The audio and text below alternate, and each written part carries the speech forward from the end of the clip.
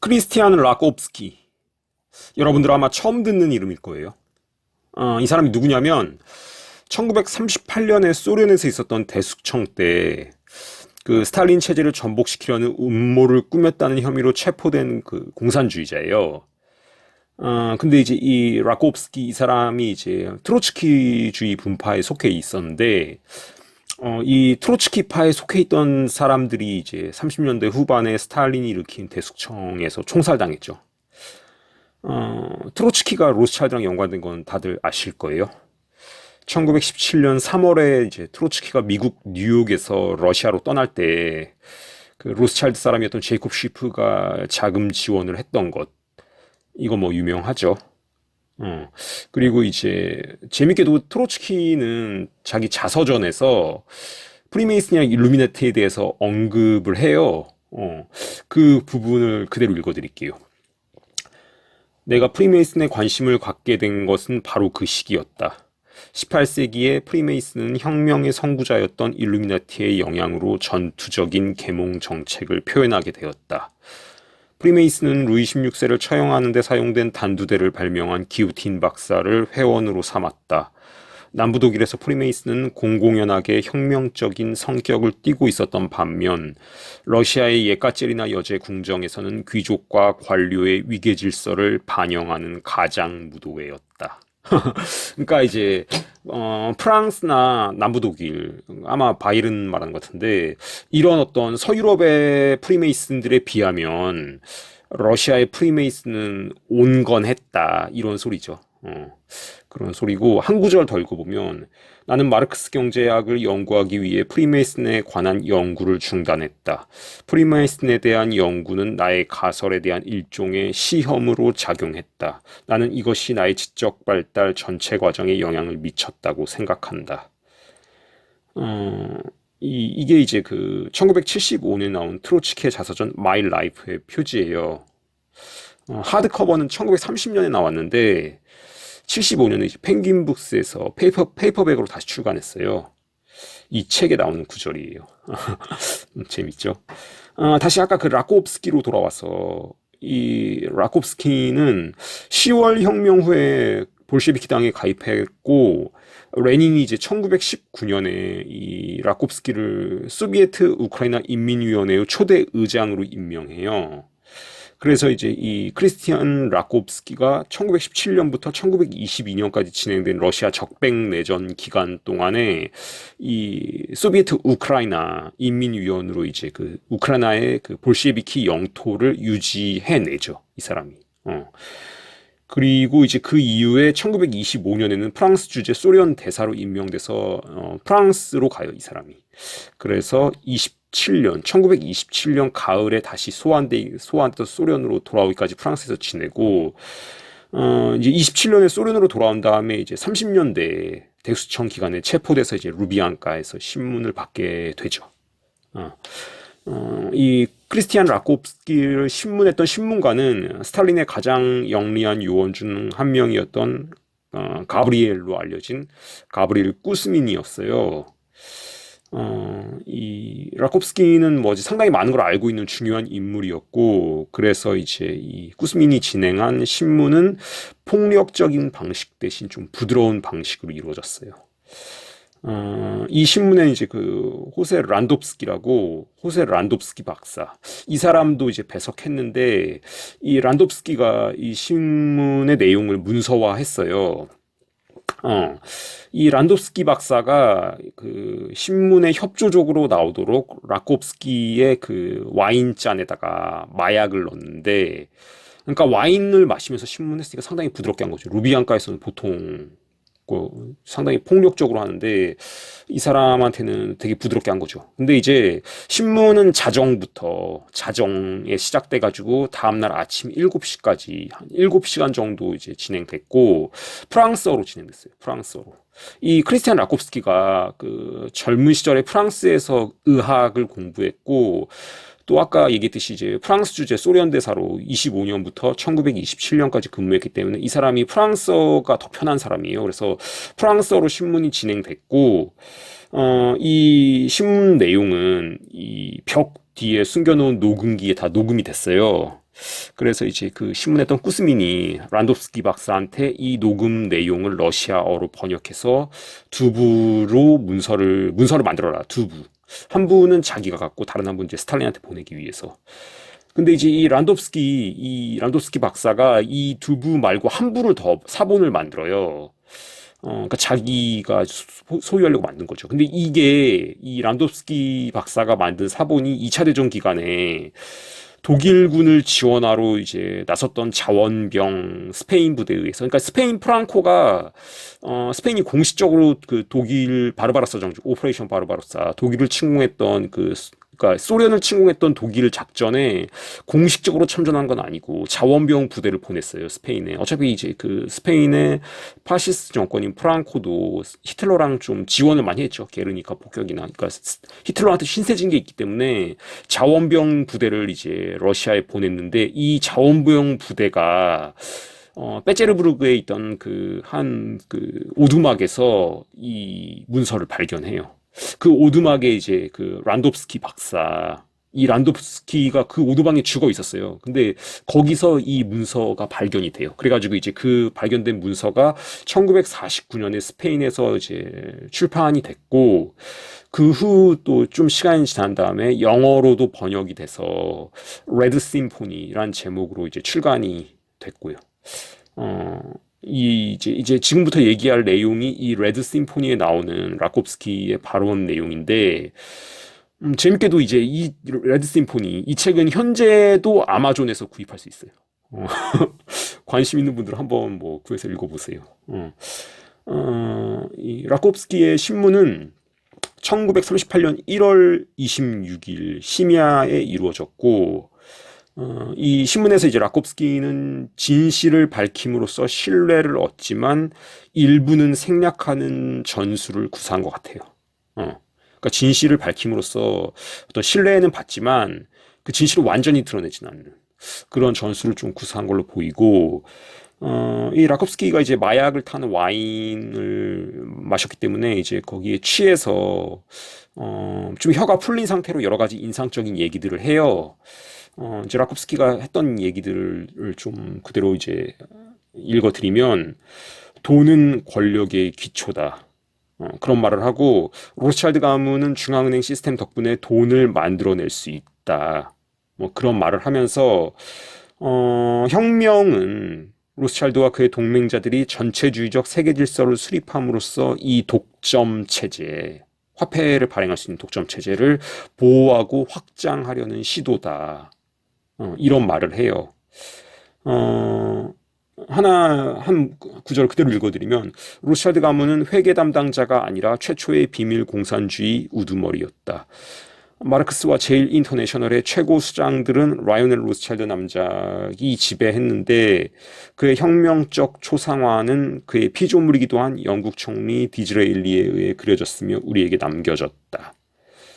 이렇게 이제 이 사람이 말을 했는데, 이 사람이 언급한 디즈레일리, 벤자민 디즈레일리, 이 사람이 이제 영국의 총리였죠. 1874년부터 1880년까지 영국 총리였던 사람인데, 그러니까 19세기 영국 총리였던 사람인데, 이 사람이 이제 유대인이었고, 라이언 로스차일드랑 친했어요. 이 사람이 코닝스비라고 소설을 썼어요. 벤자민 디즈레일리가 소설을 썼는데, 이 코닝스비에 이제 등장한 인물 중에 시도니아라고 있어요. 시도니아. 이 시도니아가 라이오넬 로스차일드를 모델로 만들어진 인물이다. 그렇게 이제 보통 얘기하고, 이 소설에서 코닝스비, 그러니까 영국 수상이었던 벤저민 디즈레일리가 쓴 소설에서 시도니아가 이런 말을 해요. 나의 개인적인 허락 없이 영국 정부는 어떠한 재정적 사업도 할 수 없다.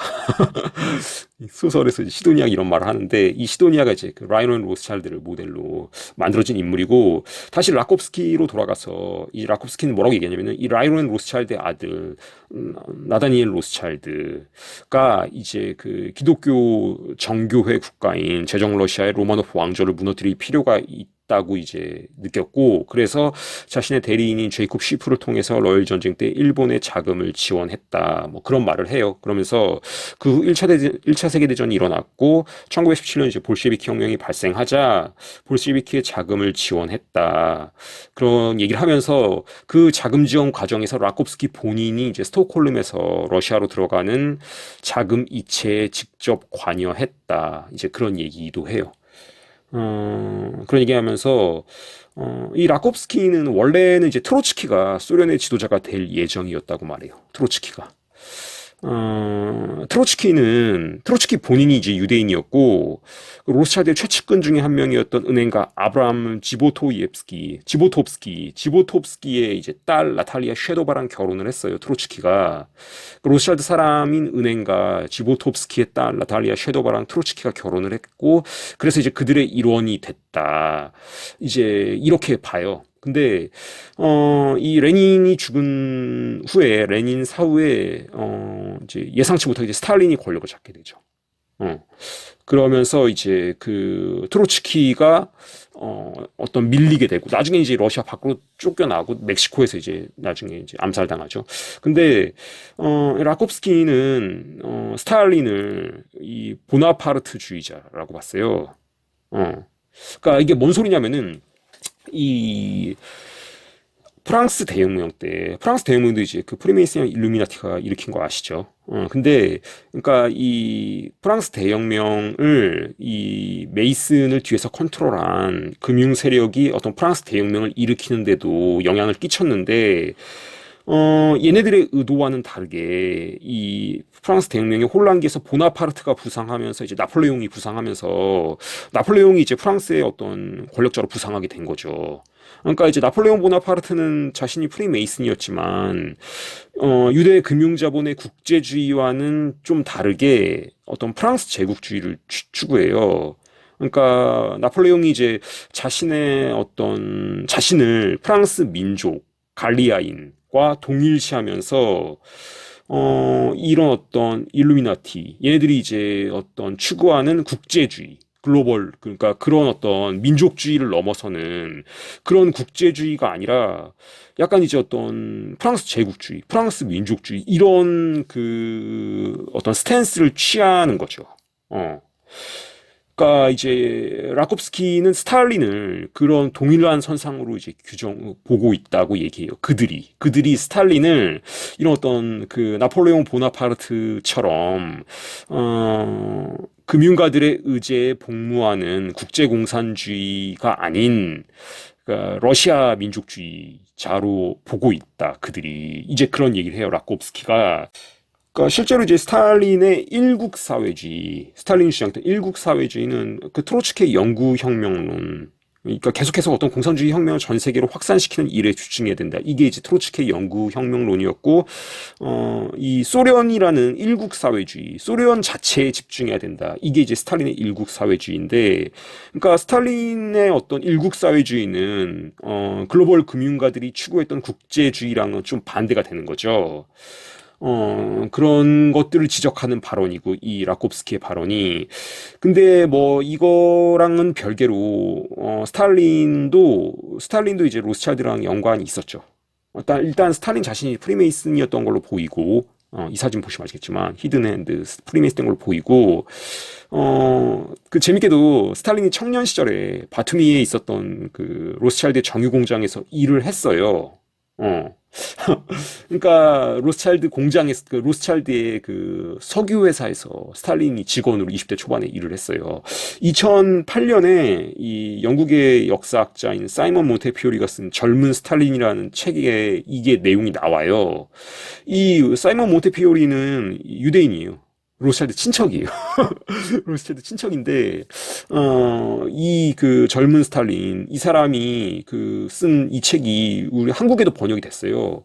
저도 이 책 2015년에 이 책 되게 재밌게 봤는데, 이 책이 이제 700페이지 좀 넘는데, 이 몬테피오리가 그 그루지아 문서보관소, 이 스탈린의 고향 그루지아인데, 거기서 막 다 뒤적거려가지고 여러 가지 자료를 찾아내요. 그리고 이제 이 몬테피오리 자체가 로스차일드랑 친척이기 때문에 로스차일드 아카이브에서 또 얻을 수 있는 자료도 좀 있었을 거라는 생각이 되고. 근데 어쨌든 간에 이제 이 사람이 이 책이 젊은 스탈린의 어린 시절부터 볼셰비키 혁명이 발생하는 1917년까지를 다룬 거예요. 말 그대로 스탈린의 젊은 시절을 다룬 책이에요. 근데 이제 뭐 페이지가 700페이지가 넘으니까 이 스탈린의 젊은 시절을 구구절절 잘 써놨어요. 근데 이제 이 책에서 1901년에 스탈린이 로스차일드가 소유한 바투미의 정유 공장에서 일했던 게 다 서술돼 있어요. 그러니까 이제 스탈린도 그 로스차일드에 대해서 알았다고 봐야죠. 근데 이제 혹자는 뭐 스탈린의 어머니가 이제 그 러시아의 이 바투미 유전 그쪽에 방문했던 로스차일드 대리인의 아기를 임신했다. 그 아기가 스탈린이다. 그러니까 뭐 스탈린도 로스차일드에 속한다. 이런 주장을 하는 사람도 있는데 제가 보기엔 좀 너무 나간 주장인 것 같고, 그러나 이제 스탈린이 20대 초반에 로스차일드의 정유회사에서 일했던 것은 사실이다. 다시 라코프스키로 돌아와서, 그러니까 라코프스키는 이제 그 트로츠키를 밀어내고 권력을 차지한 스탈린을 통제하기 위해서 이 국제 금융 세력이 히틀러랑 나치당을 지원할 수밖에 없었다. 이렇게 얘기를 해요. 라코프스키가 그 발언한 걸 그대로 읽어드리면, 바르부르크는 가명으로 자신을 소개했고 히틀러는 그의 인종에 대해서 캐묻지 않았다. 바르부르크가 이제 유대인 그 금융가예요. 독일에 있었던. 바르부르크는 또한 자신이 누구를 대표하는지에 대해서도 거짓말을 했다. 목표는 전쟁을 일으키는 것이었고 히틀러는 전쟁을 의미했다. 나치당은 월스트리트에서 수백만 달러를 받았고 프리메이슨 샤르트를 통해 독일 금융가들로부터 수백만 마르크를 받았다. 돌격대와 친위대의 유지 자금과 선거 자금은 이런 그 월스트리트와 독일 금융가들의 자금 지원을 통해서 조달됐다. 뭐 이렇게 이제 그 얘기를 해요. 계속해서 이제 그 또 라콥스키의 발언을 더 이어가면, 그런데 불행하게도 히틀러는 다루기 힘든 인물이었다. 그는 자신의 돈을 찍어내기 시작했다. 그는 화폐를 제조하는 특권을 스스로 떠맡았으며 물리적 화폐뿐만 아니라 금융화폐도 제조했다. 그는 손대지 않은 화폐 발행기를 인수하여 국가의 이익을 위해 작동시켰다. 어떤 일이 일어날지 상상할 수 있는가? 만약 그것이 다른 많은 국가들로 전파되고 은행가들의 화폐 통치를 대체하는 방식을 창조했다면, 할 수만 있다면 그것은 반혁명적 기능을 발휘할 것이다. 그것을 상상해 보아라. 이제 이런 얘기를 해요. 이 라콥스키가. 아마도 이건 이제 그 히틀러가 독일의 중앙은행인 라이스방크를 그 국유화시킨 거에 대해서 얘기하는 것 같아요. 히틀러는 이제 1937년에 그 제국은행 이사회는, 이 제국은행 라이스방크, 이게 이제 그 제3제국 독일의 중앙은행이었는데, 제국은행 이사회는 국가원수에 직접 관할을 받는다라는 규정을 담은 제국은행 신질서법을 발표해요. 이것으로 이제 라이스방크의 독립성은 박탈되고, 그러니까 이제 독일 중앙은행이 이사였던 금융가들의 영향력이 박탈되고, 여기서 더 나가서 1939년에 이제 제국은행법을 반포해서 아예 독일 그 중앙은행의 이사회 자체를 해체시켜버려요. 그리고 이제 제국은행이 정부에 대출하는 대출액은 최고 지도자와 제국 원수가 직접 결정한다. 이런 조항도 넣어서 독일의 화폐 발행권을 완전히 장악하는 거죠. 이건 이제 로스차일드한테 큰 위협이었죠. 그러니까 이런 어떤 히틀러가 했던 그 독일 중앙은행의 국유화, 이거에 대해서 이제 라콥스키가 얘기한 거고, 다시 이제 라콥스키로 돌아와서 이 라콥스키의 신문관이었던 꾸즈민이 이제 물어봐요. 그들은 누구인가? 그들은 누구냐? 이거에 대해서 물어보니까 이제 라콥스키가 확실하게 말할 수 있는 사람은 현재는 사망한 2명뿐이다. 한 명은 이제 바이마르 공화국의 외무장관이었던 발터 라테나우고, 또 한 명은 아까 말했던 라이오넬 로스차일드다. 이렇게 이제 대답을 해요. 라테나우랑 이제 로스차일드, 이 두 사람만 확실하게 그들의 일원이라고 말할 수 있다. 이제 이렇게 대답하니까 꾸즈민이 다시 이제 그 프랭클린 루즈벨트, 그 당시의 미국 대통령, 이 프랭클린 루즈벨트도 그들 중 한 명이냐 이렇게 묻자 이제 라콥스키는 그가 그들 중 한 명인지 아니면 그들에게 종속된 사람인지 그건 모르겠다. 그러나 내 생각에 그는 자신의 사명을 의식하고 있는 것 같다. 이렇게 이제 대답을 해요. 그런 다음에 이제 라콥스키는 스탈린에게 그들과 협력할 것을 제안해요. 그 부분을 읽어드리면 첫 번째 조건은 그가 트로츠키주의자들에 대한 처형을 중단하는 것이고 그 다음에는 형식적 공산주의와 실제 공산주의를 나누는 몇 가지 영향권이 확립될 것이다. 계획이 지속되는 동안 한동안 상호 도움을 위한 상호 양보가 있을 것이다. 사회의 모든 계층에서 심지어 매우 높은 사람들 중에서도 스탈린주의가 공식적인 공산주의라는 것을 인정하고 도우는 영향력 있는 사람들이 나타날 것이다. 이렇게 말해요, 이 사람이. 그러니까 뭔 소리냐면 그들과 협력해라. 스탈린이 그들과 협력하면 그 협력하는 방법은 그 트로츠키 주의자들에 대한 처형을 이제 숙청을 중단하는 것. 그러면 서방에서 그러니까 이제 유럽과 미국에 영향력 있는 사람들이 공식적으로 스탈린주의를 인정할 거다. 도울 거다. 스탈린주의를 인정할 거다. 이런 얘기인데 실제로 이제 2차 대전 기간 동안 미국의 루즈벨트가 그렇게 했죠. 그렇게 했죠. 그리고 이제 처칠은 뭐 마지못해 그런 척 하면서 그렇게 했고.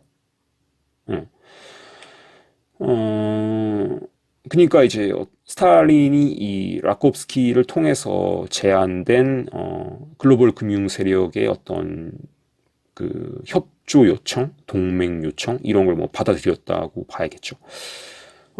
마지막으로 이제 라kov스키는 공산주의와 자본주의를 혼합하려는 어떤 그들의 계획을 이제 설명해요. 라kov스키가 말한 걸 그대로 읽어드리면 모스크바에는 공산주의가 있고 뉴욕에는 자본주의가 있다. 그것은 명제와 반명제와 같다. 분석해보자. 모스크바는 주관적 관점에서는 공산주의이지만 객관적으로는 국가 자본주의다. 뉴욕은 주관적 관점에서는 자본주의지만 객관적으로는 공산주의다.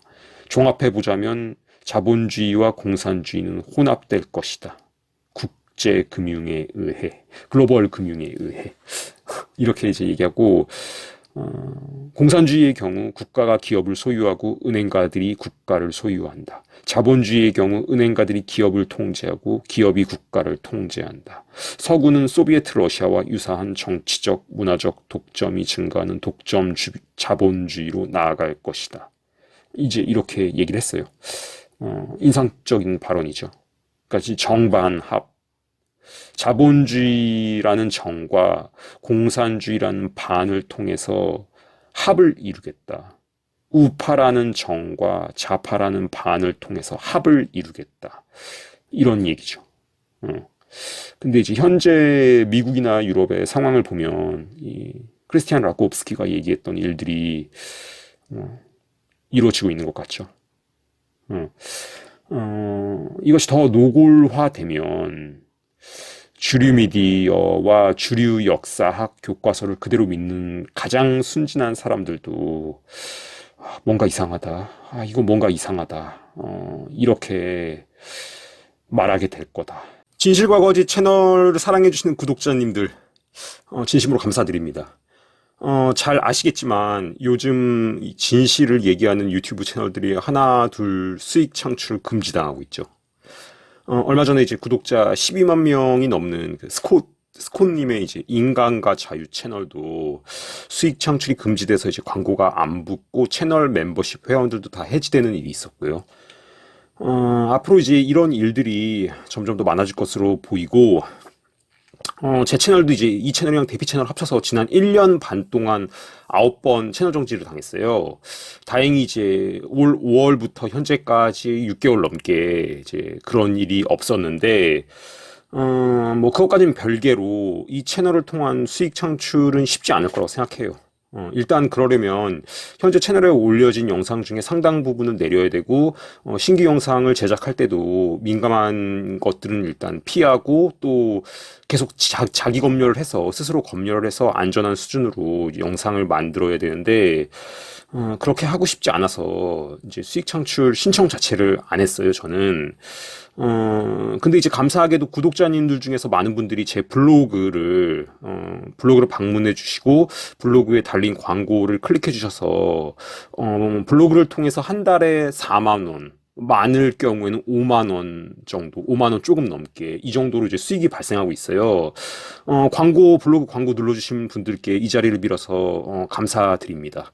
감사드리고 블로그에는 이제 진실과거짓 채널과 동일한 영상들을 올리고 또 이제 유튜브에는 올리기 힘든 영상들을 블로그에 올리고 있으니까 블로그 아직 안 가보신 분들은 한번 블로그 방문해 주셔서 뭐 거기 올려진 영상들도 보시고 광고도 한 번씩 눌러주시길 좀 부탁드리고요. 블로그 주소는 댓글에 링크 걸어둘게요. 그리고 이제 저는 전업으로 글을 쓰고 있는 작가고 올해로 이제 11년째 전업 작가로 살고 있어요. 뭐 아시겠지만 전업으로 글을 쓰는 게 쉬운 일이 아니에요. 저는 이제 전업 작가 되기 전에 4년 동안은 직장 생활 했는데 직장 생활 할 때 버는 돈에 비하면 전업으로 글 써서 버는 돈은 비교가 안 돼요. 비교가 안 될 정도로 적고, 일단 이제 고정적으로 월급이 들어오는 게 아니고, 뭐 책 나오면, 뭐, 그리고 이제 강연이나 뭐 세미나 진행, 이런 게 있으면 수입이 발생하는 구조니까, 뭐 이제 어떤 직장 생활 할 때 버는 거랑 비교가 안 되죠. 근데 뭐 그래서 이제 소비를 최소화하고 딱 필요한 곳에만 이제 지출을 하면서 굉장히 이제 절약해서 생활하고 있어요. 그리고 이제, 뭐 이렇게 사는 삶이 뭐 어떠냐, 뭐 이렇게 물어본다면, 저는 뭐 이제 좋아요. 예. 그러니까 직장 생활하면서 돈 많이 벌 때보다 지금이 더 좋아요. 그러니까 이게 진짜로 어떤 시간을 내가 하고 싶은 일에다가 이제 온전히 쓸 수 있다. 이게 너무 좋고 돈은 좀 없어도 돈 많이 벌 때보다 훨씬 더 만족스러워요. 뭐 좀 제가 전업으로 글을 쓰고 있으니까 이렇게 이제 유튜브 영상도 만들어서 일주일에 뭐 2편, 3편씩 올릴 수 있는 거라고 생각해요. 뭐 직장 생활 하면 이렇게 좀 채널 운영하는 것 자체가 쉽지 않을 거라고 생각하는데 제가 이제 전업으로 글을 쓰다 보니까 뭐 이제 뭐 오전부터 오후까지는 글쓰기 하고 뭐 저녁에는 영상 만들고 이런 식으로 제 시간을 제가 유도리 있게 쓸 수 있기 때문에 이제 제가 지금 채널이 진실과 거짓 채널이 제가 유지할 수 있는 거라 생각하고 계속 운영할 수 있는 걸 생각하고 많은 분들이 그러시겠지만 저도 이제 코땡땡 하얀 신발 패스 걸었을 때 굉장히 어떤 압박감을 느꼈고 내가 알고 있는 진실들을 좀 알려야겠다 이런 생각으로 이제 그거를 기점으로 본격적으로 유튜브를 했던 것 같아요. 그러면서 이제 한 분 한 분 구독자가 늘어서 이제 5천 명을 바라보는 수준까지 이제 왔는데 감사드리고 뭐 아시겠지만 영상을 만드는 데는 많은 시간과 비용이 들어요. 뭐 제가 아까 라콥스키 언급하면서 이제 소개했던 레드 심포니 이런 책은 아예 국내에 이제 출간이 안 됐어요. 이런 자료들을 구하는 데는 이제 비용도 들고 그러나 이제 시간과 노력과 비용이 좀 들더라도 많은 분들이 진실을 알고 자기 자신을 지키고 또 사랑하는 사람들을 지키고 이러는데 이제 조금이나마 도움이 될 수 있다면 제가 지금 하고 있는 일들을 계속해서 이제 아주 기쁜 마음으로 할 거고 이 일을 이제 지속함에 있어서 여러분들의 작은 후원이 있다면은 제가 더 많은 정보들을 얻고 영상으로 만들어 전달하는데 큰 힘이 될 것 같아요. 그래서 뭐 커피 한 잔 마실 수 있는 정도의 후원들, 뭐 3,000원, 4,000원 이 정도의 후원을 해주신다면 제가 그 후원금들을 모아서 또 귀하게 사용할 수 있으라고 생각하고 그래서 이제 이 계좌로 여러분들이 뭐 이렇게 3,000원, 4,000원 이 정도만 후원해 주시면 감사한 마음으로 더 좋은 영상 만드는 데 사용하도록 할게요. 그리고 이제 한 가지 또 제가 생각하고 있는 거는 3만 원 이상 3만 원 이상. 저는 3만 원이 적은 돈이 아니라고 생각해요. 3만 원 이상을 후원해 주시는 분은 그 후원해 주신 분이 원하신다면 제가 이제 그분과 줌으로 1대1로 만나서 한 2시간 정도 얘기 나누는 대화 나누는 시간을 가질까 이런 것도 생각 중이에요. 줌으로 만나는 거니까 이제 유튜브처럼 어떤 제안을 받는 것도 아니고 제한 없이 이제 대화를 나눌 수 있고 뭐 궁금하신 것들 물어보시면 답변 드리고 또 이제 진실 안다는 게 어떤 면에서 힘들잖아요. 어떤 면에서는 차라리 모르는 게 더 속편할 수도 있는데 근데 이제 모르면 당할 수 있죠. 당할 수 있는데 그래서 이제 조금 힘들어도 아는 게 훨씬 좋은 거라고 생각하고 그런데 이제 어쨌든 간에 이렇게 알고 있는 상황에서 또 어떻게 지내고 계신지 그런 얘기도 좀 저도 듣고 싶고 그래서 그런 시간들도 좀 생각하고 있어요. 3만 원 이상 후원해 주신 분들이랑은 좀 줌으로 만나서 1대1로 대화 나누는 시간. 그래서 이제 만약에 이제 어떤 3만 원 이상 후원해 주시면서 그런 시간을 갖고 싶으신 분은 댓글이나 제가 제 메일 주소도 그 댓글에다 걸어 놓을게요. 그 댓글이나 메일로 연락 주시면은 제가 그 연락 드리도록 할게요. 그리고 뭐 이제 요즘 경제도 어렵고 물가도 계속해서 오르면서 뭐 3,000원, 4,000원 후원해 주신 것도 쉽지 않을 거라고 생각해요. 그래서 이제 그런 어떤 분들은 댓글에 제가 링크 걸어놓은 제 블로그 가셔서 거기 달린 광고 눌러주시면 그게 이제 소액이지만 후원해 주시는 거니까 그렇게라도 해주시면 참 감사하겠다. 그 말씀드리고 뭐 블로그 광고 누르는 데는 10초도 안 걸려요. 10초. 링크 갖고 그 링크 타고 들어가서 거기에 있는 그 광고 누르는 거는 10초도 안 걸리는 일이고 결정적으로 여러분의 돈이 전혀 들지 않아요. 그거는 여러분의 돈이 전혀 들지 않고 후원하는 방법이에요. 그래서 이제 그렇게 해주시는 분들 덕분에 뭐 하루에 450원, 뭐 500원, 많을 경우에는 뭐 1,800원, 2,000, 뭐 700원 이렇게도 수익이 발생해요. 그렇게 이제 그런 블로그 클릭해 주신 분들의 수익을 모으면 뭐 한 달에 4만 원도 되고 많을 경우엔 5만 원도 되고 해요. 그래서 실제로 그 돈으로 제가 지금 전기요금이랑 인터넷 요금 이런 거 내고 있으니까 그 돈이 영상 만드는데 사용되고 있는 거예요. 그래서 여러분들의 작은 후원이 그 채널에 큰 힘이 된다 말씀드리고 진실과 거짓 채널 아껴주시고 응원해주시는 구독자님들께 다시 한번 감사한 마음 전합니다. 감사합니다.